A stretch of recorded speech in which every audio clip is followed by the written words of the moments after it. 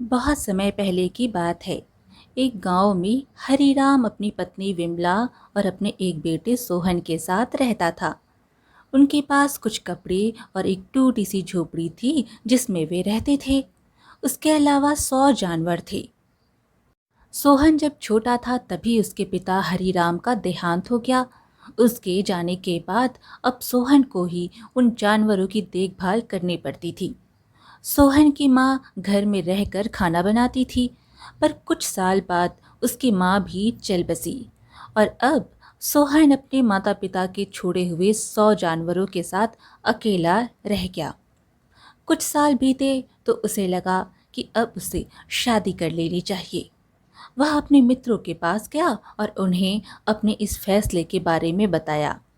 वे सब उसके इस फैसले से बिल्कुल सहमत थे कि इस समय उसे पत्नी की बहुत ज़रूरत थी। मित्रों ने सोहन से पूछा, तुम्हें कैसी लड़की चाहिए? तुम किससे शादी करना चाहते हो? सोहन ने कहा, वह लड़की अपने गांव से नहीं होनी चाहिए, मुझे एक दूसरे गांव की लड़की चाहिए। क्या कोई लड़की ढूंढने की जिम्मेदारी लेगा? उसका एक मित्र भोलू इस काम की जिम्मेदारी लेने के लिए तैयार हो गया। भोलू ने कहा कि वह उसका दूत बनकर जाएगा और उसके लिए लड़की देखेगा। फिर भोलू वहां से चला गया और कुछ समय बाद लौट आया। भोलू ने उस सोहन से कहा, मैंने तुम्हारे लिए पड़ोस के गांव से एक बहुत ही अच्छी लड़की ढूंढ ली है। सोहन ने पूछा, कौन है वो लड़की? भोलू बोला, वह एक साहूकार की इकलौती बेटी है। साहूकार के पास 6,000 जानवर हैं। सोहन ने भोलू से कहा कि वह उस गांव में जाए और शादी की बात पक्की कराए। अब भोलू वहां से चला गया। भोलू उस साहूकार के पास गया और सोहन वाली बात बताई। भोलू की बात सुनकर साहूकार ने कहा, उस लड़के से कहना कि अपनी बेटी के बदले मुझे 100 जानवर चाहिए। अगर उसे मेरी शर्त मंजूर है तो फिर कोई अड़चन नहीं है। भोलू ने आकर सोहन को बताया कि उस लड़की के पिता ने क्या कहा था। सोहन ने इस बारे में काफी देर तक सोचा और बोला, अगर मैं उसे अपने 100 जानवर दे देता हूँ तो मेरे पास तो कुछ भी नहीं रह जाएगा, क्योंकि मेरे पास तो कुल 100 जानवर ही हैं। फिर मैं और मेरी पत्नी का गुजारा कैसे करेंगे? भोलू ने कहा, देखो मित्र, यह सब तुम सोच लो और अपना जवाब मुझे बता दो, फिर मैं उस साहूकार को बताऊंगा। सोहन सोचने लगा कि वह इस हालात में क्या करे। वह अपना सिर खुजलाता हुआ इधर से उधर चक्कर काटने लगा। आखिर उसने फैसला कर लिया और उसने भोलू से कहा, ठीक है, जाओ और उससे जाकर कह दो कि मैं तैयार हूँ। मैं उसे 100 जानवर दे दूंगा जो वह अपनी बेटी के लिए मांग रहा है।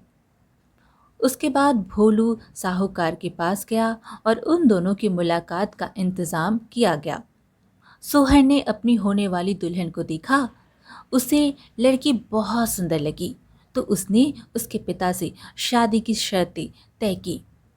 3 दिन बाद उसने अपने 100 जानवर साहूकार को दे दिए और 1 महीने बाद उन दोनों की शादी हो गई। दुल्हन, जिसका नाम लाजवंती था, उसने अपने पति सोहन के गांव में उसके घर में रहने के लिए आ गई। कुछ हफ्तों तक सब कुछ ठीक चला। घर में खाने की कोई कमी नहीं थी। घर में दूसरी चीज़ों की भी कोई कमी नहीं थी।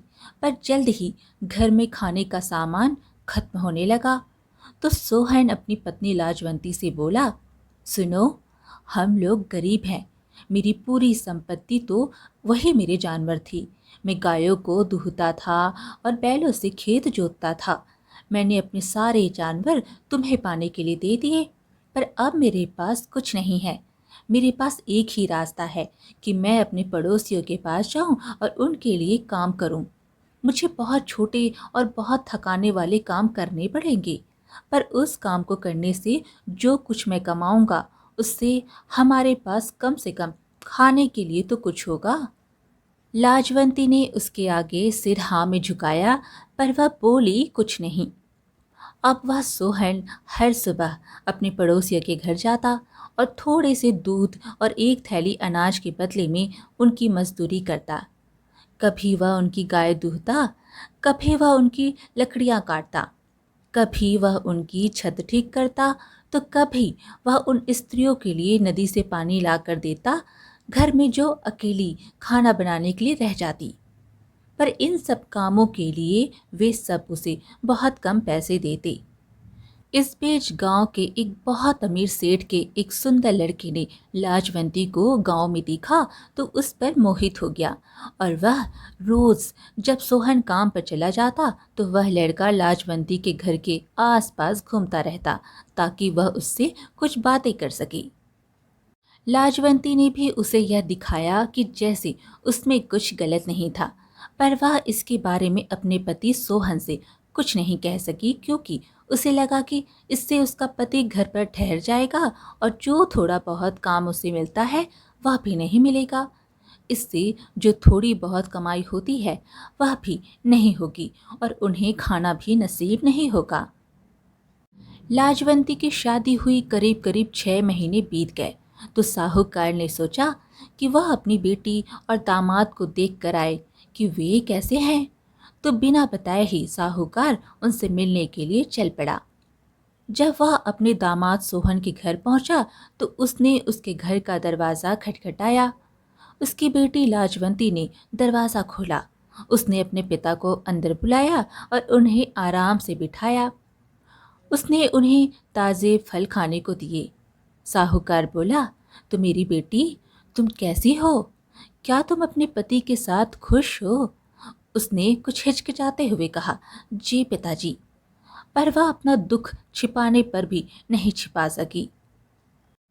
तो वह अपने पिता के लिए चाय बनाने के लिए पानी लाने का बहाना करके वहां से चली गई। वह अपने कमरे में गई और जाकर फूट फूट कर रोने लगी। और अब मैं क्या करूं? घर में खाने के लिए कुछ भी नहीं है, पर मुझे कम से कम अपने पिता को खाना तो खिलाना ही होगा। वह इसका कोई हल सोच रही थी कि उसने उस लड़के को देखा जो काफ़ी दिनों से खिड़की से उससे बातें करने की कोशिश में उसके घर के चक्कर काट रहा था। उसने कुछ सोचा और अपने आंसू पोंछ लिए। खुद को ठीक किया, इस उम्मीद में पीछे वाले दरवाजे से बाहर गई कि शायद वह लड़का उसे वहां दिखे। वह उसे वहां मिल गई। उसे बाहर देखकर वह बोला, मैं इस पागलपन के लिए क्षमा मांगता हूँ, पर जब से मैंने तुम्हें देखा है तो मुझे नींद नहीं आती, ना मुझे भूख लगती है। मेरे पिता बहुत अमीर हैं। तुम इस भिखारी को छोड़ो और मेरे साथ भाग चलो। मैं तुम्हें बहुत खुश रखूंगा और रानी बनाकर रखूंगा। लाजवंती ने उससे कुछ प्यार की बातें की, फिर बोली, यह मेरी गलती थी कि मैंने एक ऐसे आदमी से शादी की जिसके पास खुद के खाने के लिए भी कुछ नहीं था। वह मुझे कहाँ से खिलाता? अगर तुम मुझसे सच्चा प्यार करते हो तो मुझे यहाँ से ले चलो। मैं इस गरीबी में रहते रहते तंग आ गई हूँ। मैंने बहुत दिनों से पेट भर खाना भी नहीं खाया है और कोई नया कपड़ा भी खरीदने को तो बात ही छोड़ो। वह लड़का यह सुनकर बहुत ही खुश हो गया और मन ही मन सोचने लगा, ओह, तो आखिर में मैं अपने काम में सफल हो ही गया। और लाजवंती से बोला, तो चलो फिर आज ही चलते हैं। और आज ही क्यों, अभी क्यों नहीं? लाजवंती बोली, थोड़ा रुको। आज ही मेरे पिता मुझसे मिलने के लिए आए हैं और मैं उनसे बहुत दिनों से नहीं मिली हूँ। मुझे अभी उनके लिए अच्छा खाना भी बनाना है। पर जैसा कि मैंने तुमसे अभी कहा, मेरे पास उनके लिए खाना बनाने के लिए भी कुछ भी नहीं है। तुम ज़रा जाकर खाने के लिए खीर बनाने का सामान ले आओ ताकि मेरी मेज खाली ना लगे। उसके बाद मैं तुम्हारे साथ चल चलूँगी। उस लड़के ने खुश होते हुए कहा, ठीक है, मैं तुम्हारे लिए लेकर अभी आया। कुछ मिनटों में ही वह लड़का उसके लिए सारा सामान लेकर आ गया और उसे बोला, यह खीर का सामान, और अब अपना वादा याद रखना। लाजवंती बोली, तुम चिंता मत करो। और वह खीर पकाने के लिए अंदर चली गई। खीर बनाते बनाते शाम के खाने का समय हो गया। सोहन भी कुछ छोटा मोटा काम करके घर वापस आ गया। तब उसने अपने घर में अपने ससुर को देखा तो वह घबरा गया। वह उस समय उन्हें वहां देखने की उम्मीद नहीं कर रहा था, पर उसने अपने आप को किसी तरह संभाला और यह दिखाते हुए कि सब कुछ ठीक है, उन्हें इज्जत से प्रणाम किया। फिर वे दोनों कुछ देर तक बातें करते रहे। उसके बाद सोहन ने उनसे माफ़ी भी मांगी और अपनी पत्नी को रसोई के घर में देखने चला गया। लाजवंती खीर बना रही थी तो उसने आश्चर्य से पूछा, अरे, तुम खाना बना रही हो, पर घर में तो कुछ था ही नहीं। लाजवंती हिचकिचाते हुए बोली, मुझे कुछ दूध और चावल मिल गए थे, उसी से खाना बना रही हूँ। सोहन बोला, मिल गया था का क्या मतलब है? किसने दिया तुम्हें यह? लाजवंती बोली, देखो, अब तुम गुस्सा मत हो। मैंने पड़ोसी से कहा कि मेरे पिता यहाँ खाना खाने के लिए आए हैं, पर मेरे पास उन्हें खिलाने के लिए कुछ नहीं है, तो उन्होंने मुझे यह सब दे दिया। सोहन कुछ नहीं बोला। उसका सिर नीचे झुक गया और उसे बहुत शर्म आई कि अब उसकी यह हालत हो गई है कि उसे पड़ोसियों से भीख मांगनी पड़ी। क्या वह इतना गिर गया है? उसे इतना दुखी देखकर लाजवंती ने तसल्ली देने की कोशिश की। देखो, तुम खुश रहो, इसमें इतना सोचने की कोई बात नहीं है। हम उन्हें इस खाने के बदले में कुछ दे देंगे, फिर हम उनके एहसान के नीचे दबे नहीं रहेंगे। पर अब तुम जाओ और पिताजी के पास बैठो। खीर अभी तैयार होने को है, तुम वहाँ बैठो, मैं खाना लगाती हूँ। दूसरी तरफ वह लड़का जो लाजवंती का इंतजार कर रहा था, वो अभी तक नहीं आई। वो लड़का उसे देखने के लिए सामने के दरवाजे की तरफ गया ताकि वह उसे बाहर आने के लिए इशारा कर सके। पर जब वह उसके खुले दरवाजे के सामने इधर उधर घूम रहा था, तभी सोहन ने उसे देख लिया। उसने उसे पहचान लिया कि वह तो उनके एक पड़ोसी का बेटा था, जो उसे कभी कभी काम देता रहता था। अब सोहन ने उस लड़के को नमस्ते किया और खाने के लिए अंदर बुला लिया। वह लड़का मना नहीं कर सका और उसके बुलाने पर अंदर चला आया। जाकर वह दूसरों के साथ मेज पर बैठ गया। सो तीनों, पिता, पति और वह नौजवान, मिलकर बातें करने लगे जैसे सब कुछ सामान्य हो। कुछ समय बाद खीर मेज पर लाई गई और लाजवंती ने उन तीनों को वहां एक साथ बैठा देखकर बिना किसी आश्चर्य के मुस्कुराई और बोली, ओ बेवकूफ लोगों, खाना तैयार है। यह सुनकर सबको बड़ी शर्म आई और सबके दिल में गुस्से की एक लहर दौड़ गई।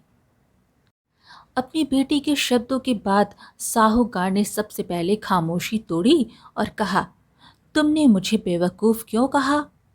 लाजवंती बोली, पिताजी, आप गुस्सा ना हो, पहले आप खुशी खुशी खाना खा लें, उसके बाद मैं आपको बताऊंगी कि मैंने आपको बेवकूफ़ क्यों कहा। पर साहूकार बोला, नहीं, पहले मैं तुमसे सुन लूं कि मैं बेवकूफ़ क्यों हूँ, तभी मैं खाना खा सकूंगा। अभी तो तुम्हारी बात सुनकर मेरी भूख ही खत्म हो गई है। पर इस पर लाजवंती निडर होकर बोली, पिताजी, आप बेवकूफ़ इसलिए हैं कि आपने अपनी इतनी कीमती चीज़ एक बहुत ही छोटी सी चीज़ के लिए दे दी। साहूकार बोला, मैं नहीं, और वह कीमती चीज़ क्या है जो मैंने बहुत छोटी सी चीज़ के लिए दे दी? लाजवंती ने कहा, आपको पता नहीं है कि आपकी कीमती चीज़ क्या है? पिताजी, मैं अपने बारे में बात कर रही हूँ। साहूकार बोला, हाँ, तुम मेरे लिए बहुत कीमती हो, यह सच है, पर अगर तुम इसे जरा और साफ करके बताओ। लाजवंती बोली, यह तो साफ है पिताजी, आप जानते हैं कि आपके मेरे अलावा और कोई दूसरी संतान नहीं है, और फिर भी आपने मुझे केवल 100 जानवर के बदले में दे दिया, हालांकि आपके अपने पास 6000 से ज़्यादा जानवर हैं। शायद वे 100 जानवर आपके लिए मुझसे ज़्यादा कीमती थे। यह सुनकर साहूकार को बहुत शर्मिंदगी हुई। उसका चेहरा शर्म से लाल पड़ गया। वह बोला, बेटी, तुम ठीक कहती हो, मैं सचमुच में ही एक बेवकूफ़ हूँ। उसके बाद सोहन की बारी थी। सोहन ने भी पूछा, और तुमने मुझे बेवकूफ़ क्यों कहा? लाजवंती ने उसकी तरफ देखा और बोली, तुम तो मेरे पिता से भी ज़्यादा बेवकूफ़ हो। तुम्हारे माता पिता से केवल कुछ जानवर विरासत में मिले और तुमने वे सब केवल मुझे पाने के लिए दे दिए। अगर तुमने कोई लड़की अपने गांव की ली होती तो शायद उसकी तुम्हें इतनी कीमत ना देनी पड़ती, पर तुम तो कोई दूसरे गांव की लड़की चाहते थे और इसलिए तुम इतने गरीब हो गए।